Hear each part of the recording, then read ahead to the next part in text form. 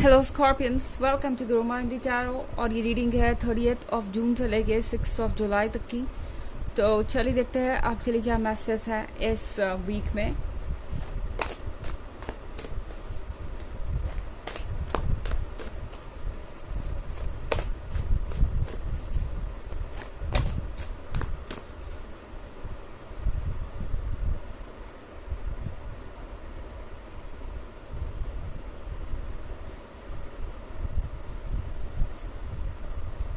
Death, 7 of Pentacles,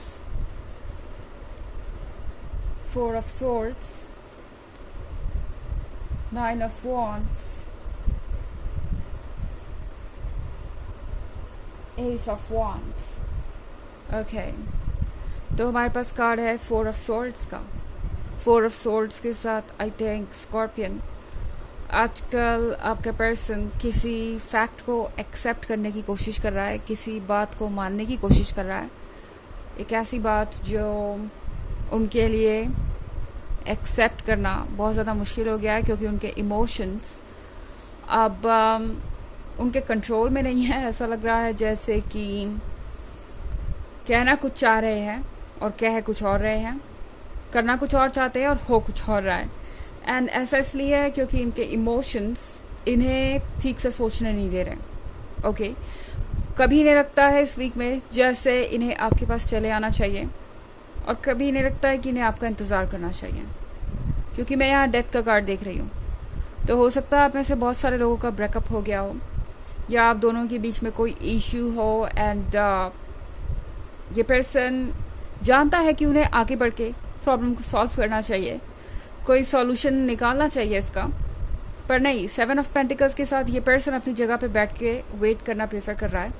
भले ही किसी भी तरीके से खुद को फोकस करके, रिलैक्स करके अपने इमोशंस को शांत करने की कोशिश करेंगे, पर अपनी तरफ से कोई स्टेप नहीं लेना चाहते, क्योंकि उन्हें लगता है कि उनके पास कोई जवाब ही नहीं है। पर 7 ऑफ पेंटिकल्स आपके लिए भी है यहाँ पे। आप लोग भी हो सकता है बहुत लंबे समय से इंतज़ार कर रहे हैं कि कब ये पर्सन अपनी गलती मानेगा और कुछ कहेगा।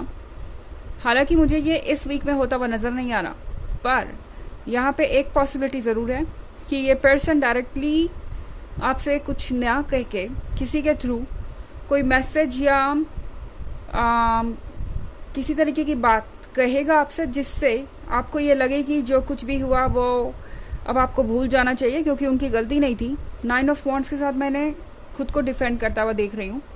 तो हो सकता है किसी तरीके से ये पर्सन आपका माइंड रीड करना चाहे, ये जानना चाहेंगे कि दरअसल आपके दिमाग में चल क्या रहा है और उनका अभी भी आपके लाइफ में आने के क्या चांसेस हैं। ओके, ये वो चीज़ जानना चाहेंगे।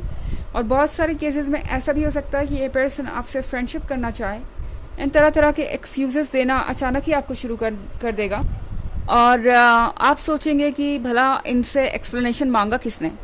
तो आप नहीं भी मांगेंगे तो ये पर्सन एक्सप्लेनेशन देगा, क्योंकि ये चाहते हैं कि अब आप पुरानी बातों को भूल जाएं या उस टॉपिक के बारे में ना सोचें, यानी उन्हें किसी बात का जिम्मेदार ना समझे।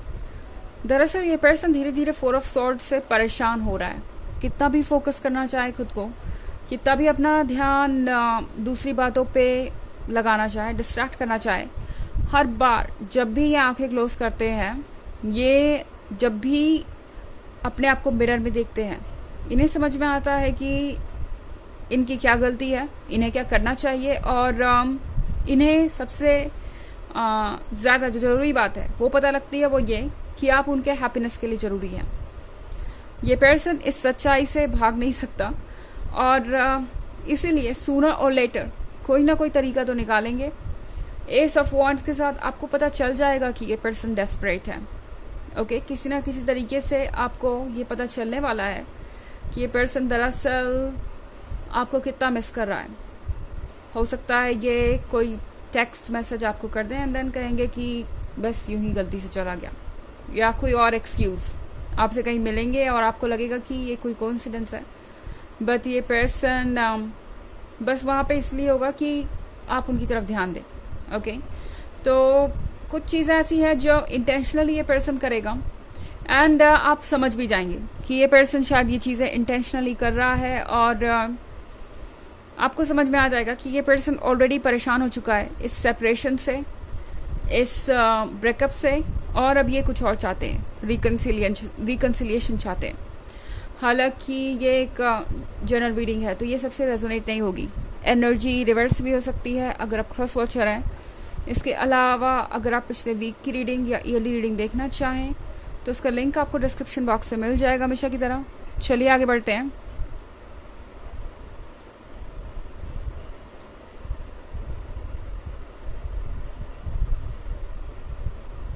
Eight of Cups,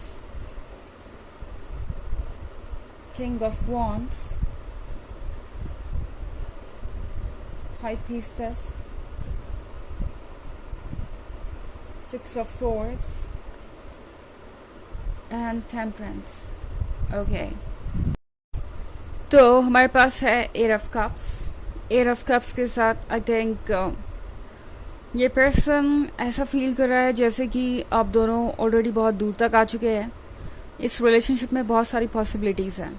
just because आप दोनों के बीच कोई इशू है इसका मतलब ये नहीं कि उन्हें अब होप छोड़ देनी चाहिए या फिर इस रिलेशनशिप का कुछ नहीं हो सकता। ये पर्सन क्लियरली देख सकता है कि 10 ऑफ कप्स बेस से 8 ऑफ कप्स आप दोनों ऑलरेडी अचीव कर चुके हैं एंड बाकी जो 2 कप्स हैं वो भी आप अचीव कर ही लेंगे। यहाँ कप्स है आपके रिलेशनशिप के ऑब्स्टेकल्स को रिमूव करने के बारे में और अपने इश्यूज पे वर्क करने के बारे में। तो ये पर्सन देख रहा है कि आप दोनों ने बहुत ज़्यादा इस पर मेहनत की है, आप दोनों ने बहुत वक्त दिया है इसमें। इस जर्नी में आप दोनों इतने लंबे समय तक रहे हैं कि एक दूसरे से बहुत अटैच्ड हो चुके हैं। तो बहुत सारे लोगों के लिए एक लॉन्ग डिस्टेंस और लॉन्ग टर्म रिलेशनशिप हो सकता है, क्योंकि यहाँ 6 ऑफ सोर्ड्स भी है तो ये लॉन्ग डिस्टेंस भी हो सकता है। पर चाहे इस वक्त जो भी चल रहा है, इस पर्सन को अच्छी तरीके से पता है कि इस रिलेशनशिप को गंवाने का मतलब है कि वो फिर से दोबारा ऐसा कनेक्शन किसी से इस्टेब्लिश नहीं कर पाएंगे। हालांकि ज़रूरी नहीं है कि ये एक बहुत लंबा रिलेशनशिप ही रहा हो। जो भी समय आप दोनों ने साथ में बिताया वो काफ़ी था एक दूसरे के क्लोज आने के लिए। ओके, किंग ऑफ वॉन्ड्स के साथ अब ये पर्सन देख रहा है खुद को एक अलग नज़रिए से। अब ये पर्सन लगता है कि शादी करना चाहता है, सेटल होना चाहता है और मोस्ट इम्पॉर्टेंटली इस पर्सन को ऐसा लगता है कि इस वक्त अगर उन्होंने ऐसा नहीं किया तो बाद में चीज़ें बदल जाएंगी। द हाई प्रीस्टेस के साथ ये पर्सन अपने इंट्यूशन पे बिलीव करने लगा है एंड ऐसा लगता है कि बहुत सारी चीज़ें ऐसी हो रही हैं इनके आसपास जो उन्हें एक के बाद एक सबके चेहरे दिखा रही है, अपनी चॉइसेस के नतीजे दिखा रही है। कर्मा एक तरीके से उन्हें ये बार बार समझाने की कोशिश कर रहा है कि जो आपने किया वो सही नहीं है और अगर आपने अपनी गलतियों को सही नहीं किया तो कोई अगर उसका अंजाम भुगतेगा तो वो आप खुद होंगे। तो ये पर्सन इसीलिए अब टेम्परेंस के कार्ड के साथ चेंजेस चाहता है। वो चेंजेस जो ये जानते हैं कि इन्हें बहुत पहले ही अपने अंदर ले आने चाहिए थे पर ये नहीं ला सके। खैर, अब ये पर्सन चाहता है कि ये चेंज आए, क्योंकि जहाँ ये गए थे 6 ऑफ सॉर्ड्स एक जर्नी को दर्शाता है। जहाँ भी ये पर्सन आपको छोड़ के गया था, जो भी ये सोच के गए थे वैसा कुछ भी नहीं निकला। ऐसा लग रहा है कि जो चीज़ें इन्हें लगा था इन्हें खुशियाँ देगी वो दरअसल इनके लिए प्रॉब्लम बन गई है।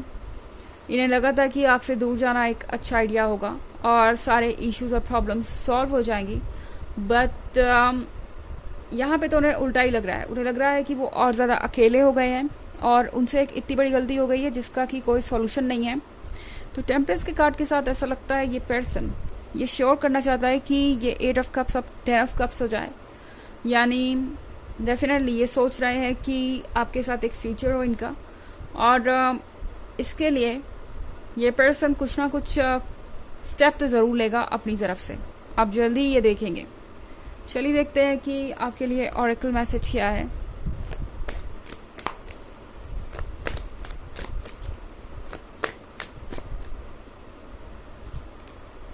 Mercury, open communication, get a weight off your chest, speak up with love and be heard।